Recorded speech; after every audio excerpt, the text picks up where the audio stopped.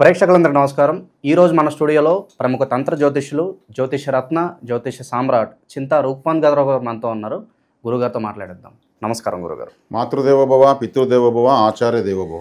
గురుగారు, ప్రతి నెల కూడా మనం ఏ రాశి వాళ్ళకి ఎలా ఉంటుందో రాశి ఫలితాలు మనం చర్చించుకుంటున్నాం.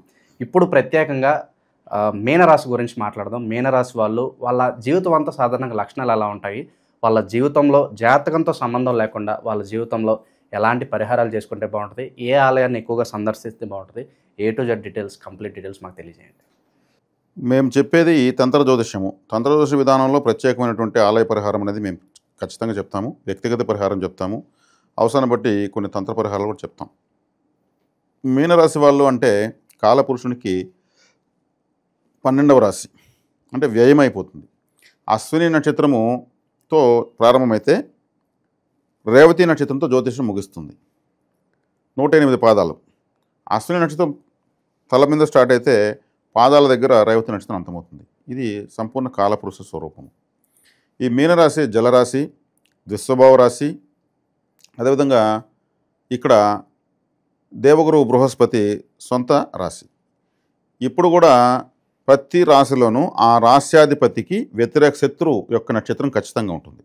ప్రతి రాశిలోనూ ఉంటుంది. అంటే మీనరాశికి సప్తమ చతుర్థాధిపతి అంటే బుధుడు బాధకాధిపతి అవుతాడు. బాధకాధిపతి నక్షత్రం రేవతి మీనంలోనే ఉంటుంది.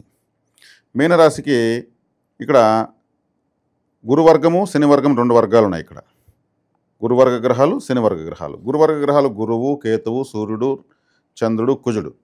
శనివర్గ గ్రహాలు శని, రాహువు, బుధుడు, శుక్రుడు. మరి ఈయన ఒక బ్యాచ్కు లీడర్ అయితే ఆయన ఒక బ్యాచ్కి లీడరు. ఆయన యొక్క నక్షత్రము ఉత్తరాభద్ర ఇందులోనే ఉంది. అంటే బాధకాధిపతి యొక్క నక్షత్రము మీనంలో ఉంటుంది. శత్రువర్గానికి చెందినటువంటి ఇంకొక శనిగ్రహానికి సంబంధించినటువంటి నక్షత్రము ఈ యొక్క రాశిలోనే ఉంటుంది. మరి గురువుకి ఒకే ఒక పాదం, పూర్వాపాద నక్షత్రం 4వ పాదం మాత్రం ఉంది. మరి ఆయనకు తీసుకుంటే నక్షత్రాధిపత్యం చాలా తక్కువ, కానీ రాశ్యాధిపతి ఆయనే. జలరాశి. ఇక్కడ ఇంకొక విచిత్రం ఏమంటే దేవగురువు బృహస్పతి, రాక్షస గురువు శుక్రాచార్యుల వారు. శుక్రాచార్యుల వారు ఈ రాశిలో వచ్చేసి పొందుతారు. అంటే మీనరాశిని ఆక్రమించిందంతా కూడా బుధుడు, శని, శుక్రుడు. ఈ రాశిలో శత్రువే వచ్చేసి పొందుతాడు. ఈ రాశిలో శత్రువే 4 పాదాలతో బలంగా ఉంటాడు. ఈ రాశిలో శత్రువే ఇంకొక నక్షత్రం ఉత్తరాభద్ర నక్షత్రం 4 పాదాలతో బలంగా ఉంటారు. కాబట్టి ఇక్కడ ఈ రాశిలో ఈ శని, బుధ, శుక్ర ప్రభావాలు చాలా ఎక్కువ ఉంటాయి. శుక్రుడే వచ్చేసి పొందుతాడు. ఇది జలకారకత్వమైనటువంటి రాశిది. ఈ రాశి వాళ్ళు ద్విస్వభావం, పలు రకాల స్వభావాలు కలిగి ఉంటారు. సంబంధం లేని సమస్యలు వీళ్ళని ఎత్తికి వస్తూ ఉంటాయి. అంటే ద్విస్వభావ రాశులు మీనము, మిథునము, కన్య, ధనస్సు. ఈ 4 రాశులు ఇలాగే ఉంటాయి. అంటే ఈ ఒక్క రాశిని కాదు. అంటే వేరే వాళ్ళకి ఎక్కువగా హామీలు ఉండడము, పూచీకత్తులు ఉండడము, షూరిటీలు ఉండడము, హామీలు ఇవ్వడము, మధ్యలో నిలబడము, మనోళ్ళైన భావన ఉంటుందో ఎక్కువగా వెళ్ళదు. అది ఓకే. అతి సర్వత్ర వర్జయత్. ఏది ఎక్కువ కాకూడదు. నటించే తెలియకపోతే తగులుకునేది ఎక్కువ అవుతుంది. వీళ్ళు నటించే తెలియకుండా మనవాడలే మనకు అన్యాయం చేయలేదు అనుకుంటారు. అవసరం తీరిన తర్వాత కడుపు నిండితే మళ్ళీ మర్చిపోతారు, నిండకపోతే విశ్వాసం చూపిస్తారు. కాబట్టి వీళ్ళు అటువంటి బాధ్యతలను చెప్పచ్చు మీనరాశి వాళ్ళు, ద్విస్వభావ రాశి కాబట్టి ఇక్కడ స్థిర రాశి అయితే నిర్ణయాలు మారవు. ఇది ద్విస్వభావం, నిర్ణయాలు మారుతూనే ఉంటాయి. తప్పు వీళ్ళదే ఉంటుంది. స్థిరమైన నిర్ణయాలు చేయలేరు. మార్పు కోరుతూ ఉంటారు, కొత్తదనం చూడాలనుకుంటూ ఉంటారు, ఎక్కడెక్కడో తిరగాలనుకుంటారు. 12వ స్థానం ఏం చేస్తుంది? ప్రపంచం అంతా చూడాలనిపిస్తుంది. అంటే వరల్డ్ టూర్ అంతా తిరగాలనిపిస్తుంది వీళ్ళకి అంత సంబంధ గ్రహాలు జాతకంలో బలంగా ఉంటే ఆ విధంగా తిరుగుతారు. అలా లేనప్పుడు ఏమవుతుంది? ఆలోచించుకుంటూ, ఊహించుకుంటూ, సంతోషపడుకుంటూ ఉంటారు. కాబట్టి ఈ రాశి వాళ్ళు తమకు 11వ రాశి అంటే మకరం, ఆ రాశిని బలపరుచుకుంటే ఏమవుతుంది? లాభస్థానం. అది లాభస్థానాన్ని బలపరిస్తే ఏమవుతుంది? లాభాలే కలుగుతాయి. ఏ పని చేసినా లాభం ఉండాలి కదండి. నష్టాలకు ఏ వ్యాపారం చేయరు కదా. ఒకవేళ నష్టానికి అమ్మాల్సి వస్తే కూడా అబద్ధం చెప్తారు వ్యాపారంలో.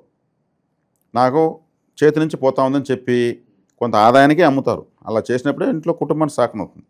కాబట్టి ప్రతి ఒక్కరూ వాళ్ళ యొక్క లాభస్థానాన్ని బలపరచుకోవడం వల్ల వాళ్ళు చేసే అన్ని పనులు లాభకరంగా ఉంటాయి. ఇప్పుడు మకర రాశి లాభరాశి. మకర రాశి ఎవరిది? శనేశ్వరుడిది. అప్పుడు ఆ రాశిని బలపరచాలి వీళ్ళు. వీళ్ళ లైఫ్ టైం. ఆ రాశిని బలపరచాలంటే ఏం చేయాలి? శనివారం రోజు శనిహోరలో నువ్వులతో చేసినటువంటి బర్ఫీలు కానీ, చాక్లెట్స్ కానీ, లేదా ఇంకేదైనా నువ్వులతో వంటలు కానీ శనిహోరలో పంచేయాలి దానంగా. శని సంబంధమైనటువంటి ఆహారం పంచేయాలి. అప్పుడేముంది? లాభభావం బలపడుతుంది. శని వీళ్ళకి శత్రువు అని చెప్పాను కదా, కరెక్ట్గా లాభరాశి వీళ్ళకి శత్రువుదే అవుతుంది. ప్రతి రాశికి ఆ రాశి నుంచి లాభ రాశి తీసుకుంటే బద్ద శత్రువుదే ఉంటుంది. జ్యోతిష్ శాస్త్రంలో ఇది ఒక విన్యాసం. కాబట్టి దాన్ని ఏం చేయాలి? శనివారం శనిహోరలో దానం చేయాలి. అదొకటి. తర్వాత అదే లాభస్థానంలో 3 నక్షత్రాలు ఉంటాయి. ఈ రాశిలో 3 నక్షత్రాలు ఉన్నట్టే. మరి మకర రాశిలో మన నడి నక్షత్రం ఏది? మధ్యలో ఉన్న నక్షత్రము శ్రవణ నక్షత్రం. ఉత్తరాషాఢ, శ్రవణం, ధనిష్ట ఈ 3 నక్షత్రాలు ఉంటాయి. మధ్యలో ఉండే నక్షత్రం ఏది? శ్రవణం. శ్రవణానికి 4 పాదాలు ఉంటాయి. కాబట్టి ఈ శ్రవణ నక్షత్రం ఎవరిది? చంద్రుడిది. అంటే శ్రవణ నక్షత్రం రోజు ప్రతి నెల చంద్రుడికి సంబంధించిన పాల పదార్థాలు, అదే బటర్ మిల్క్ దానం చేయొచ్చు, పాలే దానం చేయొచ్చు, పాలకోవా దానం చేయొచ్చు. లేదు చంద్రుడు రైస్ అన్నదానం చేయొచ్చు, కర్డ్ రైస్. శ్రవణ నక్షత్రం రోజు చంద్రహోరలో అన్నదానం. శనివారం రోజు శనిహోరలో నువ్వులకు సంబంధించిన దానం. ఇంకొక పరిహారం ఉంది. అంటే లాభాన్నే బలపరిచేది నేను 3 పరిహారాలు చెప్తున్నాను. ఈ లాభాన్ని బలపరుచుకునేస్తే చాలు కదా. అన్ని లాభాలు ఉన్నప్పుడు ఇంకేం కావాలా? ఈ లాభస్థానం ఎవరిది? శనేశ్వరుడిది. ఈ మకర రాశి అంటే ఏమి? మనకు మోకాళ్ళు, కీళ్ళు, ఈ మోకాళ్ళు ట్రాన్స్ప్లాంటేషన్ అంటారు కదా, జాయింట్స్, అక్కడ వస్తుందన్నమాట.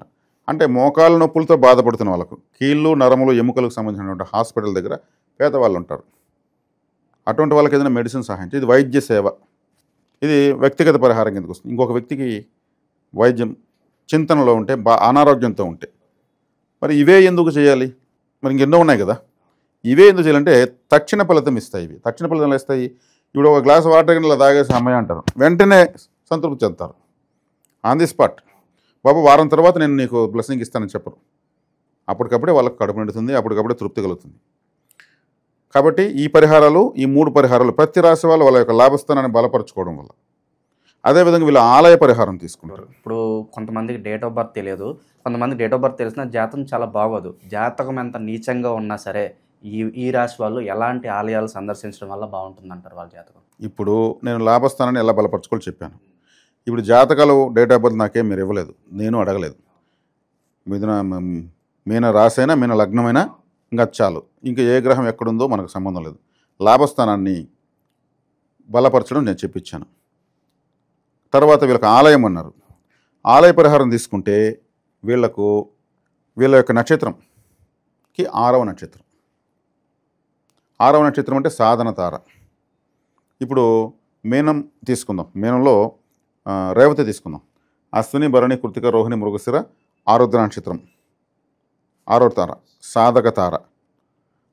ఈ సాధక తారను సంబంధించిన ఆలయానికి వెళ్ళి తెచ్చాలి. సాధన తార ఆరుద్రకి ఎవరున్నారు? పరమేశ్వరుడే. కాబట్టి ఆరుద్ర నక్షత్రం వీళ్ళు ఖచ్చితంగా శివాలయానికి వెళ్తూ ఉంటే వీళ్ళు సాధన తార, వీళ్ళు ప్రయత్నించేవన్నీ సక్సెస్ అవుతాయి. ఇప్పుడు సాధన, దాని పేరు సాధన తార. సాధనమున పనులు సమకూరు ధరలోన. క్లియర్. కాబట్టి శివారాధన ఎక్కువ చేయాలి వీళ్ళు. అదేవిధంగా ఉత్తరాభాద్ర నక్షత్రం వాళ్ళు. ఉత్తరాభాద్ర నక్షత్రం వాళ్ళు ఏం చేయాలి? ఆరుద్రకు వెనుకున్న నక్షత్రం ఏది? మృగశిర. వీళ్ళకి 6వ నక్షత్రం. మృగశిర అంటే ఏమి? మృగశిర జంతువు యొక్క తల. అంటే జంతువు యొక్క తలతో ఎవరున్నారు? వినాయకుడు, నరసింహస్వామి, ఆంజనేయ స్వామి, వరాహస్వామి, వారాహిమాత, ప్రత్యంగరాదేవి, హయగ్రీవుడు, అశ్విని దేవతలు, శరభేశ్వరుడు, వీళ్ళంతా జంతువు తలతో ఉన్న వాళ్ళే. అందుబాటులో ఉన్నారు. విఘ్నేశ్వరుడు ఎక్కువ ఉంటాడు. మృగశిర నక్షత్రం వీళ్ళకి సాధకతారు. కాబట్టి ఉత్తరాభాద్ర నక్షత్రంలో ఏం చేయాలి? వినాయకుడు ఆలయానికి ఎక్కువగా వెళ్ళాలి. ఎక్కువగా వెళ్ళాలంటే ఏం చేయాలి? వినాయకుడు ఏం సైకాలజీ ఏమి? నైవేద్య ప్రియుడు. కాబట్టి ఆయనకు అరటి పండ్లు ఒక మాలగా చేసి ఆయన మెడలో వేసి ఆరాధించాలి. నైవేద్యమే మాలగా. ఒక 5 లేదా 7, 9 అంటే బేసి సంఖ్యలో మనం ఆ మాల కట్టడం వల్ల మన పరిస్థితి సరిచేస్తాడు ఆయన. కొబ్బరికాయలు, చెరుకు పిచ్చులు, గరిక ఇలాంటివి.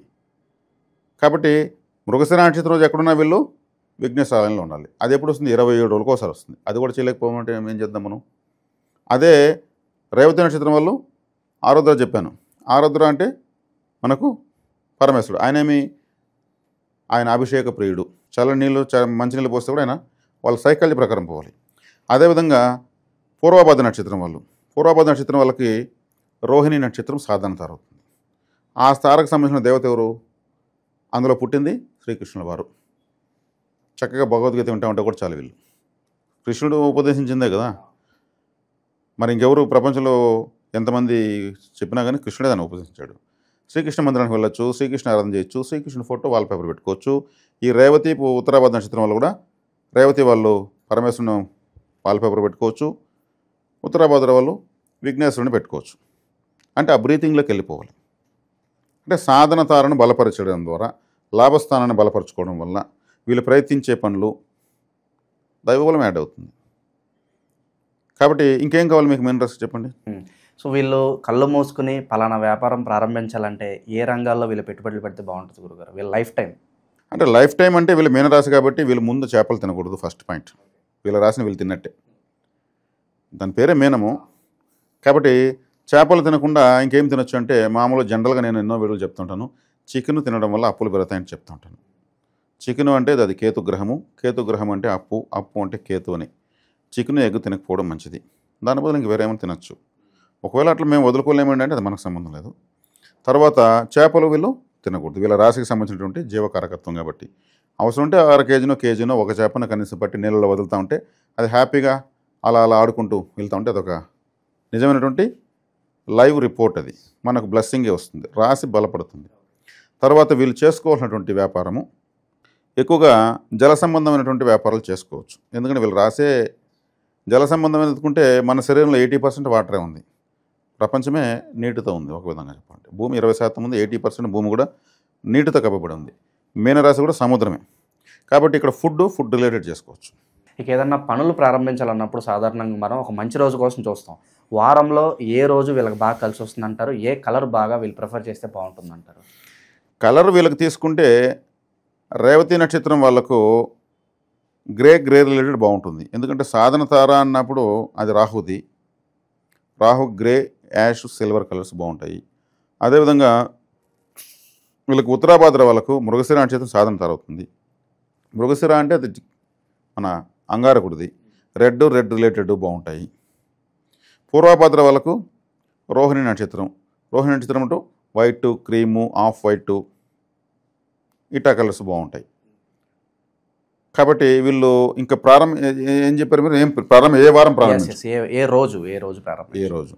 ఏ రోజు ప్రారంభించుకోవచ్చు అనుకుంటే వీళ్ళకు రేవతి నక్షత్రం వాళ్ళకి శనివారం బాగుంటుంది, ఉత్తరాభాద్ర వాళ్ళకు శుక్రవారం బాగుంటుంది, పూర్వభాద్ర వాళ్ళకు గురువారం బాగుంటుంది. ఎందుకంటే పూర్వభాద్రుడు గురు నక్షత్రం కాబట్టి, ఉత్తరాభాద్ర శని కాబట్టి ఆయనకి మిత్రుడు శుక్రుడు కాబట్టి, అదే రేవతికి వచ్చేక్కడికి వాళ్ళకు శనివారం అంటే శనేశ్వరుడిది. వీళ్ళ వర్గానికి సంబంధించిన వారాలు వీళ్ళకి కలిసి వస్తాయి. సో లక్కీ నెంబర్స్ విషయానికి వస్తే వ్యక్తిపరంగా ఒక్కొక్కరికి ఒక నెంబర్ ఉంటుంది. ఓవరాల్గా మెయిన్ రాశి వాళ్ళు పలానా నెంబర్స్కి మీరు ప్రిఫర్ చేస్తే బాగుంటుంది అలా ఏమన్నా ఉంటుంది? రాశినే తీసుకుంటే పూర్తిగా నక్షత్రాలను పక్కన పెట్టి 3వ నెంబరు, అదేవిధంగా 7వ నెంబరు, 9వ నెంబరు, 1వ నెంబరు రాశి ఎత్తుకుంటే, ఎందుకంటే గురుగ్రహానికి గురువర్గ గ్రహాలకు సంబంధించిన నెంబర్లు మనకు వస్తాయి. నక్షత్రాన్ని తీసుకుంటే రేవతి వాళ్ళకు 4వ నెంబరు, ఉత్తరాభాద్ర వాళ్ళకు ఏదొస్తుంది మనకు? ఉత్తరాభాద్రకి మృగశిర వస్తుంది. మృగశిర వచ్చినప్పుడు 7 పనిచేయదు. 7 పనిచేయనప్పుడు 8, నెంబర్ 8. అదే పూర్వభాద్ర వాళ్ళకు నెంబర్ 2. ఎందుకంటే ఆడ వస్తున్న నక్షత్రాన్ని ఇక్కడ వీళ్ళ యొక్క నక్షత్రాన్ని బేరీ చేసి నేను చెప్తున్నాను. వాస్తవంగా ఎత్తుకుంటే నేను సంఖ్యాశాస్త్రాన్ని అంత గొప్పగా నమ్మను, కానీ దానిపైన ఆసక్తి ఉన్న వాళ్ళు ఉంటారు కాబట్టి ఇక్కడ బ్యాలెన్స్ చేసి సమన్వయం చేసి చెప్తున్నాను సంఖ్యాశాస్త్రం వరకు. సో ఓవరాల్గా మీనరాశి వాళ్ళకి జీవిత పరిహారాలు కావచ్చు, ఆలయ పరిహారాలు కావచ్చు, మీ మాటలో చాలా బాగా వివరించారు. ధన్యవాదాలు. ధన్యవాదాలు.